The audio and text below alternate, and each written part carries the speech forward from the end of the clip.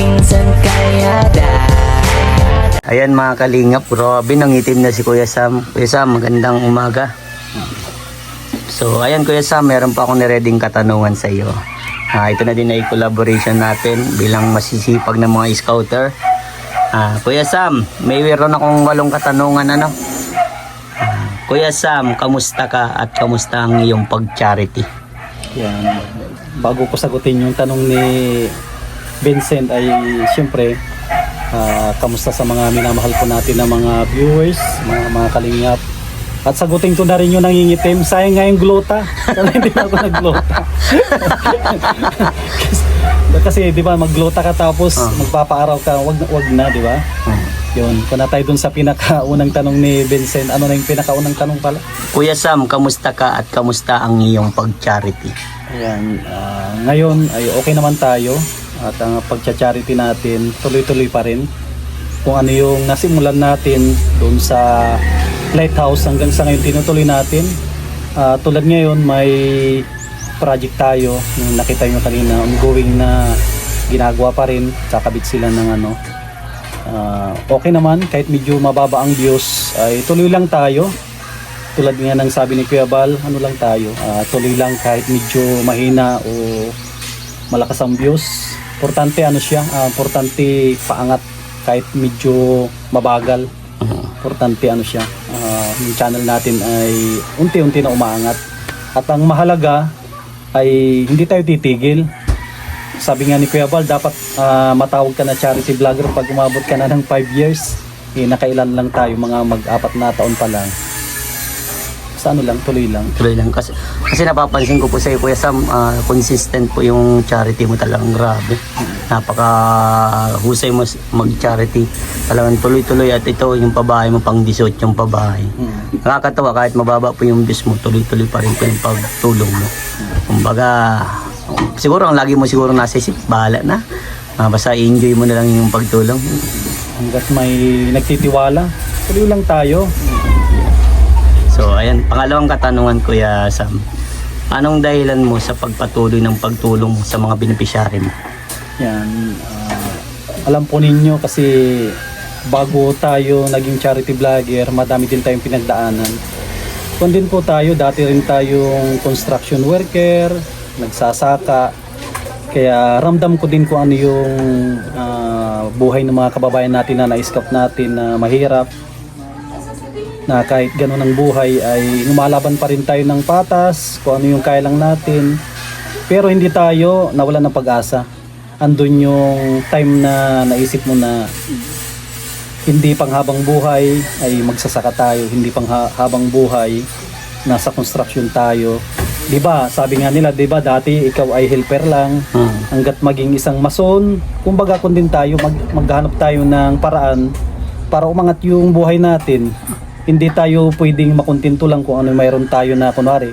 Okay lang kung okay na yung trabaho natin, pwede na tayo makontento. Pero kung alam naman natin na nasa mababa tayo, di ba may mga kababayan tayo dati na dating magsasaka, mga ano lang. Hanggang ngayon, umangat ang buhay, naging negosyante, nakapagpatayo ng bahay. Kumbaga nagsikap sila. Nagsikap. Importante ang isa din na susi ng pag-angat ng buhay ay yung mayroon kang pangarap. Kasi sabi nga nila, ang taong walang pangarap, walang asenso sa buhay yan. Totoo, Yun tama ang po. aking pananaw din na patunay din na ako nangarap ako. Dati driver lang tayo. Nangarap din ako na balang araw na makakabili din tayo ng ating sakyan na tayo din ang magdadrive. Ngayon sa awa ni Lord at siyempre sa tulong ng mga, kasi vlogger na tayo, sa tulong ng mga sponsor natin, mga viewers, unti-unti nating natutupad yung mga pangarap lang natin dati. Wow. So ngayon pangatlong katanungan po. Ngayong nagbaba ang views mo, nakaramdam ka na din ba sumuko sa pag-vlog? Yan. Ako, aminin ko sa totoo lang, tao lang tayo. May time talaga na pinanghinaan tayo ng loob. At sabi ko, kaya ko pa ba itong ituloy? Yung pag-charity natin kasi tayong mga charity vlogger, nakadepende din tayo sa views. Opo. Views, hindi rin natin pwede na ihasa yan yung sa sponsor lang. Hindi Opo. pwede. Kaya tulad ko ngayon, mababa yung views, gumagawa din tayo ng paraan para umangat yung yung views natin. At syempre kung tayo solid tayo na Team Kalingap, sabi nga nila yung Team Kalingap ay di ba kung tayo, pamilya tayo. One family. Kaya isa rin na nababanggit din ng mga kasama natin, kailangan din natin ng collaboration. Yes. Kahit kay YouTube, yun din ang inaano niya na collaboration Recommend. din, isa din yan na susi para umangat yung channel natin. Isa din yan.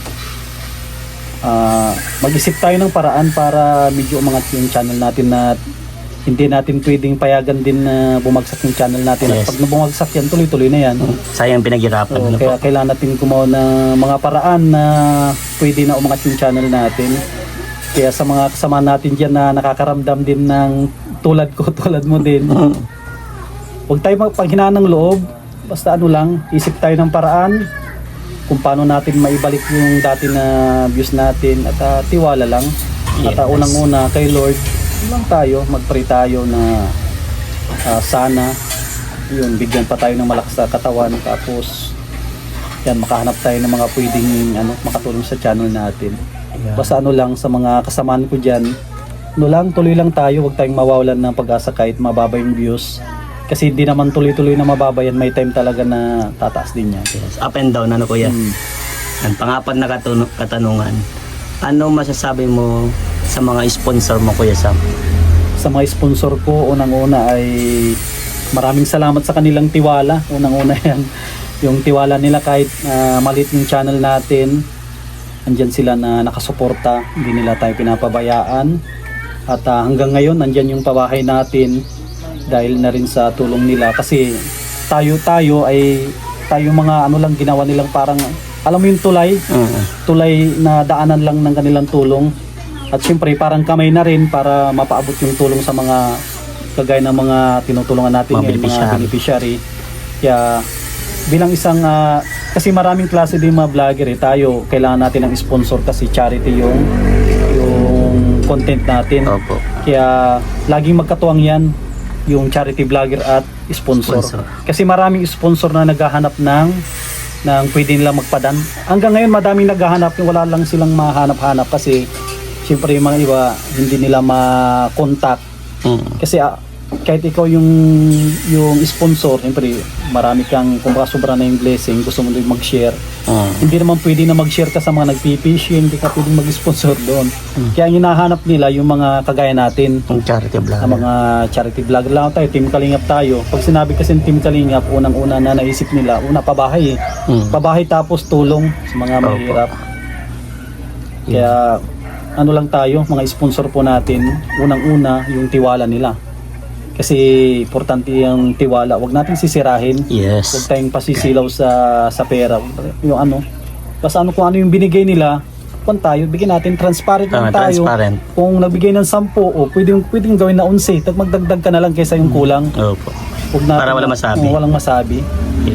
Ito, Kuya Sam, pang 5 katanungan. Ano masasabi mo sa mga sumusuporta sa iyo? Sa mga sumusuporta sa akin, maraming salamat. Sila yung nagpapalakas ng loob ko tuwing pinanghinaan tayo. Alam mo yung parang matutumba ka na, sila yung andun sa likod mo na sumasalo. Pilit yung ibabangon. Kaya maraming salamat sa kanila. Diyan silang nakasuporta. Mula nung umpisa tayo dun sa abroad hanggang nag-uwi tayo dito. Marami tayong natanggap na bash. Sabi nila, mag-uwi ka na lang kaysa magnakaw ka ng video. Sabi ko, gagawin ko yan pag uwi ko, magcha-charity tayo. Hindi tayo aasa sa video ng iba. Opo. Yung sipi dati, kung din tayo, kumukuha tayo ng video ng iba para ma-upload lang. Ayaw ko din, masakit sa loob ko doon eh. Kaya sabi ko pag uwi ko, hindi na ako babalik ng abroad. Sabi ko, umangat man o hindi, dito na ako. Hindi naman hinayaan ni Lord na hindi matupad yung pinangarap din natin na makatulong. Yes. Hindi ko rin nasanin na siyempre madami tayong mga Kalingap partners. May mga sumuko na rin kasi hindi kinaya. Kaya lang, basta ako, masaya ako kung ano yung ginagawa ko. Ayun. Okay, ito, pang-anim na katanungan, Kuya Sam. Anong tips mo para sa mga baguhan na charity vlogger? Yan. Ang tips ko sa mga baguhan na vlogger, unang-una din, sila, gawin lang muna nilang libangan pag nag-uumpisa. Tapos mag-isip sila ng content na pwedeng bumagi sa kanila, kasi depende yan sa lugar eh. Kung ang lugar mo ay maraming pwede na maggawin na adventure, kunwari pangingisda. Syempre ang gawin mo adventure, paghuli ng isda, parang tulad nila. Kumbaga ibabagay mo po. Babagay mo kung nasaan ka lugar. Tulad natin, dito tayo sa Camarines Norte. Marami tayong kababayan dito na hindi ganun kaganda yung takbo ng kanilang buhay kahit gano'n sila. Kasi ang mga Bicolano, kahit talaga natural na masisipag mga Bicolano. Mga Pilipino tayo, masisipag naman, pero mga Bicolano talaga din, masisipag yan. Kung tayo, andito na tayo sa kung ano yung parang sinumpaan natin na charity vlogger. Basta kung lang tayo, maging positive lang tayo. Positive lang lagi. Huwag tayong mawalan ng pag-asa. Yan, thank you Kuya Sam. Ito pang 7 na. Maganda na itong katanungan na to. Kanino ka nagpapasalamat sa mga nararating mo sa buhay? Unang-una, kung may pasasalamatan ako, si Lord. Yes, number Tapos 1. pangalawa, siyempre ang nag-iisang Kuya Bal Santos Matubang. Yun. Kasi kung hindi dahil sa kanya, wala kung ano yung mayroon tayo ngayon, wala tayo. Mga sinusuot natin, mga gadget natin, dahil yan kay Kuya Bal. Tapos siyempre sa mga subscribers natin na nanonood, mga viewers natin, siyempre mga sponsor natin, isa rin sila sa napakalaking tulong sa atin. Kaya kung ano yung mayroon tayo, maraming salamat unang-una kay Lord. Yes, ito pang muli na po katanungan Kuya Sam. Magbigay ka ng isang mabigat na pinagdaanan mo sa buhay at paano mo ito nalampasan? Ako, kung meron man akong iisipin na parang pinagdaanan na mabigat sa buhay, siguro ako yung siguro nung time na pumunta ako ng abroad, yun ang isa sa mga kasi nung andito ko sa Pilipinas, hindi sapat yung kinikita mo eh. Okay. Bilang isang ama tayo eh.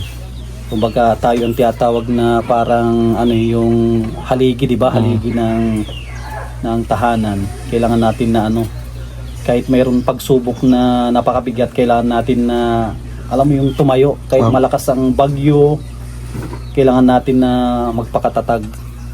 Yun ang isa, yung siyempre yung nag-abroad tayo, iwan na natin ating pamilya, malaking sakripisyo yun para mapaangat natin yung buhay. Pero hindi pa rin, nung nandun ako sa abroad, hindi pa rin umangat yung buhay. Parang yung sinabi kong problema na napakabigat, kumbaga dito na rin siguro parang gumaan nung bumalik tayo dito sa sarili natin na bansa. Yes. Tapos lalo napunta tayo kay Kuya Bal, yung problema natin na mabigat ay siya, parang gumaan nung naging charity vlogger na tayo. Kasi bukod sa pamilya natin, nakakatulong na rin tayo sa ibang tao. Kaya yung mga kababayan natin dyan na nakakaramdam ng mabigat na problema, positive lang tayo, huwag natin dibdibin. Baka yung mga iba dyan nakakaisip sila ng masama para maangat yung buhay. Lang tayo, Laban lang. Sa patas na naman ng buhay na. Mas maganda yung lumaban sa patas. Yes. Kahit simple lang yung buhay, at least wala tayong kinakatakutan, wala tayong tinataguan. Walang tinatapakan na tao, So ayan po, sa mga nagsusuporta sa inyong masipag na scouter, Vincent Calyada, pakisubscribe po, Kuya Sam Ashley. Ayan, Kuya Sam Ashley, baka may huling message sa mga makakapanood po nito. Yan, ang message ko lang sa mga sulit na nanonood, lalong-lalo na siyempre sa mga kasama natin dyan, lang tayo, suportahan natin mga kagaya namin na pinapatuloy yung naumpisa ni Kuya Bal, mga nagcha-charity. Yan po natin. Kasi may mga nagmamarathon dyan, baka naman, kaso yun naman na isali nyo naman kami sa mga minamarathon nyo. Kasi yung kinikita naman namin ay mapupuntahin sa charity. At syempre maraming salamat kay Vincent Calyada. Ito rin, maganda rin ito na pagkakataon. Promote na rin sa ating channel. Yung mga solid ko din dyan na nanonood, yan, pakisuportahan din po. Vincent Calyada, isa rin na masipag yan na scouter. na katulad ko na hindi nagsasawa. Suportahan din natin kay si Kalingap Edo. Yan, mga kasamaan po namin na masisipag na nagcha-charity. Suportahan po ninyo at isa rin ito na opportunity. Nakipag-collab tayo kay Vincent tapos kay Kalingap Edo. Kundi ito, malaking tulong ito sa ating channel. Yeah. At syempre maraming salamat kay Vincent Calyada. Yan. Thank you Kuya Sam, grabe. Napakasulit mo talaga. Thank you po. Bye-bye.